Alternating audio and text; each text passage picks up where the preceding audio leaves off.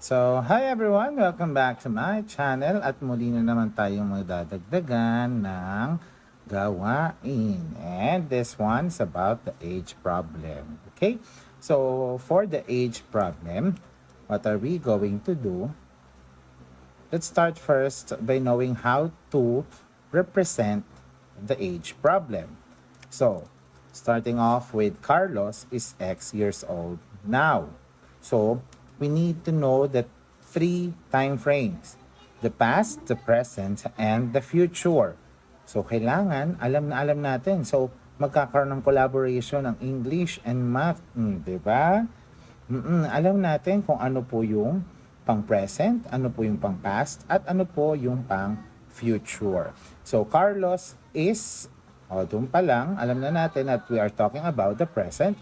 So, X years old now. So, we are to represent the age now by X. Now, I want to have the representation of my age 10 years ago. So, if we are going back from one time frame to another time frame, then we need to subtract the age. So that means we have X minus 10. So going back from one time frame to another time frame, we need to do the subtraction. But what if I want to represent my age 5 years from now? So if my age now is X, my age 5 years from now, that means that is the future. So from one time frame going to another time frame, so yung papunta, we're going to have the addition of the year. So X plus 5. Okay? What if I have Donnie being Y plus 2 years old now? So if the age of Donnie now is Y plus 2, and I want to represent the age of Donnie 10 years ago, so going back, subtract. So that is Y plus 2 minus 10, but we need to simplify. So simply, we can just represent it as Y minus 8. Okay? So what if I have the age 5 years from now?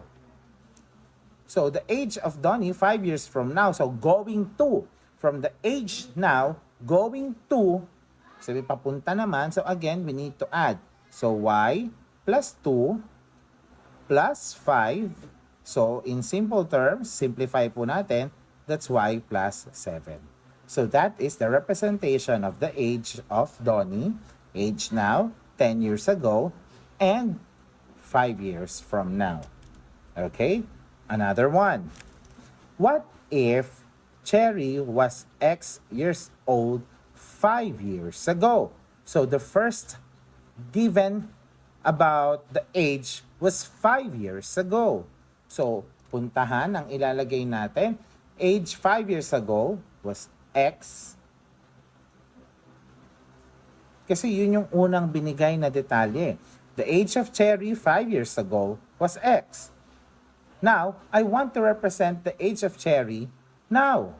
So, from 5 years ago, dahil yun ang given, going to the present, so what will be the representation of the age of Cherry? So, sabi nga natin, if we are talking about going to, that will be plus, going back will be minus. But since we're having the past going to the present, then that will be represented as X plus 5. And then how about the age 5 years from now? So, bago tayo tumalon from 5 years ago going to 5 years from now, syempre ang pagbabasihan natin will be the age now. Age now going to the future, which is 5 years. So, that will be represented as X plus 5 plus 5, or simplify, that is X plus 10. 10 po yan ha. Is that clear? Another one. If Cha was X minus 9 years old 7 years ago, so ang given again ay yung past age, which is X minus 9, then what will be the representation of the age of Cha now? So from the past going to the present, so again, we're going to add kung ano yung given, so 7 years ago, going to now, so x minus 9 plus 7, simplify, that is x minus 2. And then age 4 years from now. So, syempre, ang pinagbabasihan nga yung now, going to the future.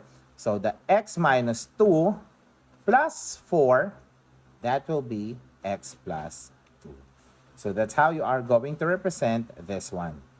And, another one, what if, ayan, Sheik will be X years old in 5 years. So, ang unang binigay ay yung edad niya in the future.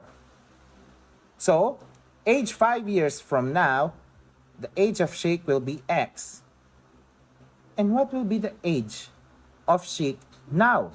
If the future's age is 5 years, so from the future, going back to the present, so that is X minus 5. Kasi bumalik siya. And then from the age now, going back to the past, 5 years ago, so the representation of that age will be x minus 5 minus 5, so that will be equal to x minus 10. Let's try another one. In 4 years, so again, the given is the future age. Tom will be x plus 6 years old. So x plus 6. That is the age of Tom 4 years from now. But what if we're going to know, or we want to know, the age of Tom now? So from the 4 years ahead, going back to the present, so that is x plus 6 minus 4. Therefore, in simple terms or in simplified form, that is x plus 2. Very good. And how about the age of Tom 7 years ago? Very good. So that will be x plus 2 minus 7, since we are going back from one time frame to another time frame. So, simplified is x minus 5. Very good. How about this? I want you to try this one. Pause and then answer. Okay? Sige nga, try nga natin. If Richard is x plus 3 years old now, so we have the age now, x plus 3. We want to represent the age 6 years ago. So the x plus 3 is x plus 3 minus 6. So in simplified form, it's x minus 3. But if I want to know the age of Richard 7 years from now, that will be x plus 3 plus 7. So, simplified form is x plus 10. So again, if we are going back, we need to subtract. But if we are going to, we need to do the addition. So sabi, in 7 years, Luz will be x minus 5 years old. 7 years, in 7 years. So that is the future. So, ang edad daw po niya is x minus 5. So, from the future, going back to the present, so x minus 5 minus 7, so that should be represented as x minus 12. And how about the age 6 years ago?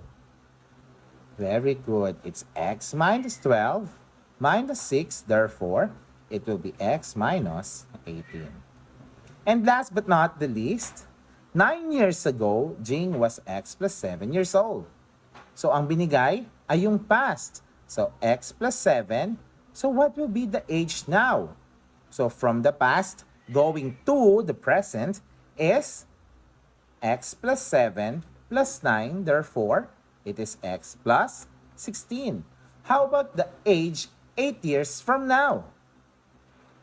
It is x plus 16 plus 8. So, that will be represented as x plus 24. Very good for those who got the correct answer. But what if we try to have the problem? Okay, ito na yung problem. So let's start. Angelo is 5 more than twice the age of Malu. So giving or looking at the given, the first sentence, sabi natin that will be the representation. Anong time frame? Isipin nyo na. Then the next one, the next sentence will be our equation. 7 years ago, the sum of their ages was 24. we need to find their present ages. So let's write the ages of these two persons. So we have Angelo, at ayaw niyang magsulat.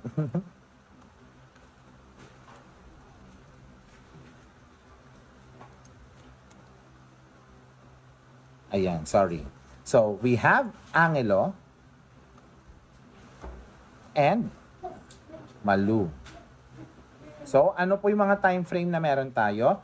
We have the present ages and the ages 7 years ago. Tama po ba? So i-table natin para mas madali nating maintindihan. Very good. So let's start. The given to represent is their present ages. Angelo is 5 more than twice the age of Malu. Now, to whom do we compare the age of the other? O, alam natin yan. Kanino tayo nag-compare? Kay Malu. So, Malu will be represented as X. And how about Angelo? Kung si Angelo daw ay 5 more than twice Malu, very good. So, 5 more than twice the age of Malu. So that will be their present ages. And what will be their ages 7 years ago? Very good. 2x plus 5 minus 7. So in simplified form, the age of Angelo 7 years ago was 2x minus 2. And the age of Malu was x minus 7. Bakit ko po kinuha si 7 years ago? Kasi yun yung nung inad, ang age daw nila or ang sum ng age nila ay 24. So we are going to use the representation of their ages 7 years ago and we need to add that to make the equation. So the age of Angelo 7 years ago plus the age of Malu 7 years ago, the total was 24. Very good. So that is our equation. So 2x minus 2 plus x minus 7 is equal to 24. Pag sama-samahin, very good. So, 2x plus x equal to 24 plus 2 plus 7. Simplify. Napakagaling talaga. Very good. So, that will be 3x equal to 33. And divide both sides by 3.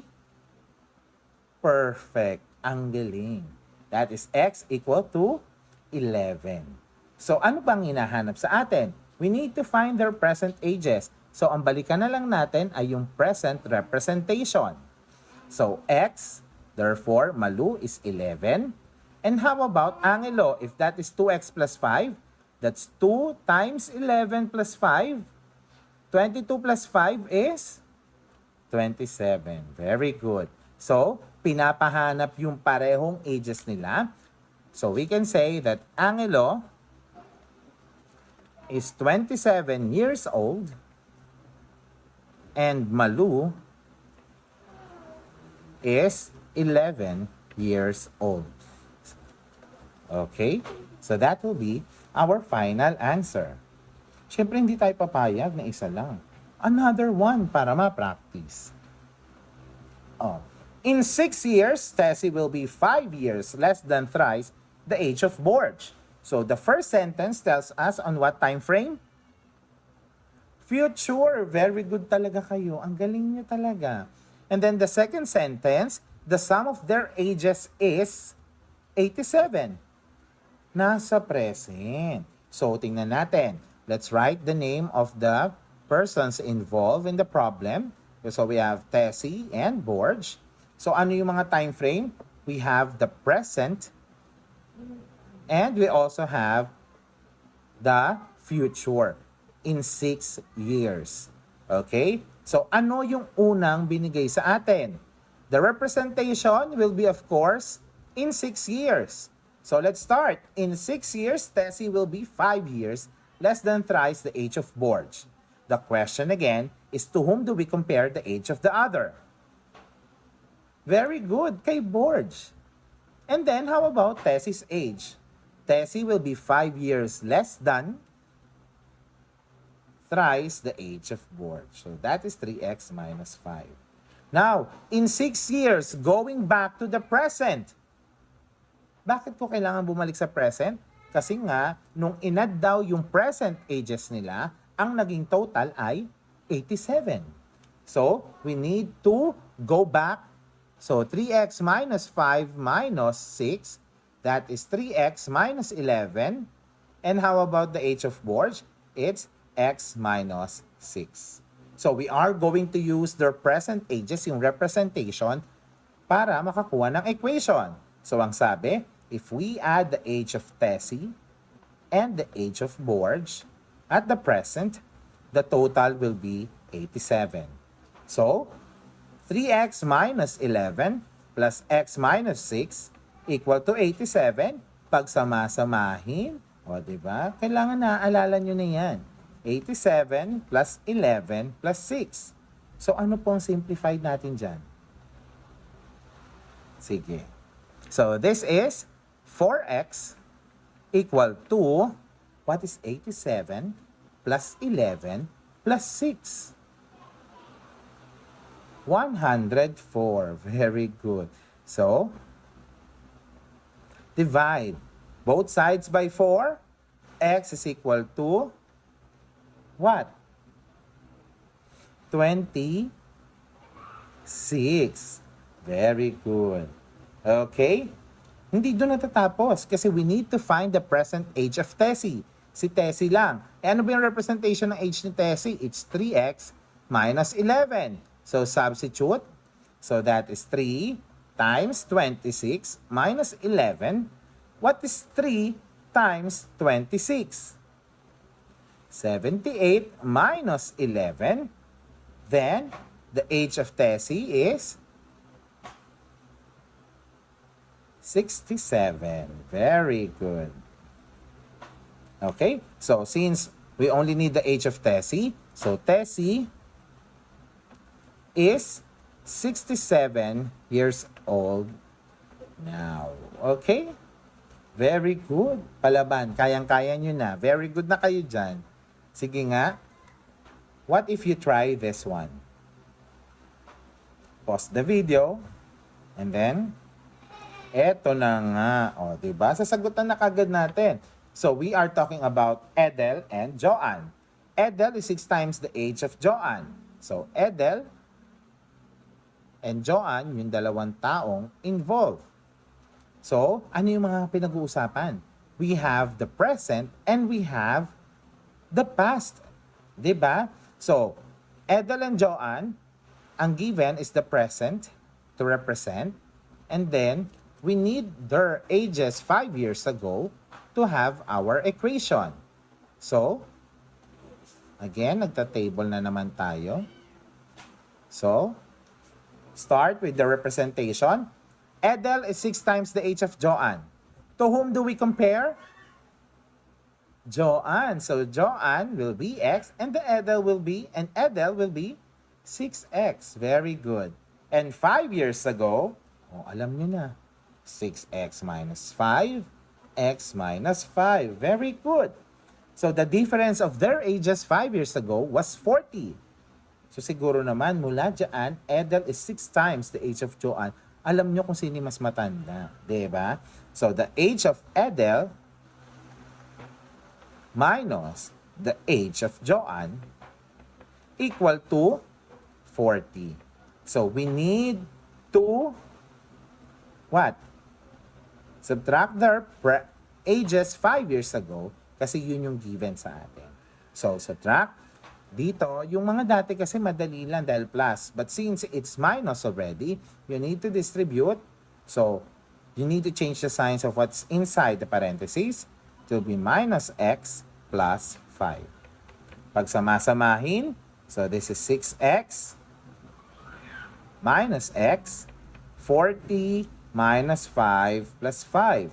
So, 5x is equal to 40. Therefore, x is equal to 8. Very good. So, anong pinapahanap? Find their present ages. So, Joanne being x is 8 years old. And how about Edel? 6 times 8 is 48. Very good. So, we can now have our conclusion that Edel is 48 years old And Joanne is 8 years old. Very good kung nakuha po ninyo ang tamang sagot. Pag hindi, pwede pong balikan para ma-review ninyo ulit. Okay? Sige po. Thank you so much for watching and see you!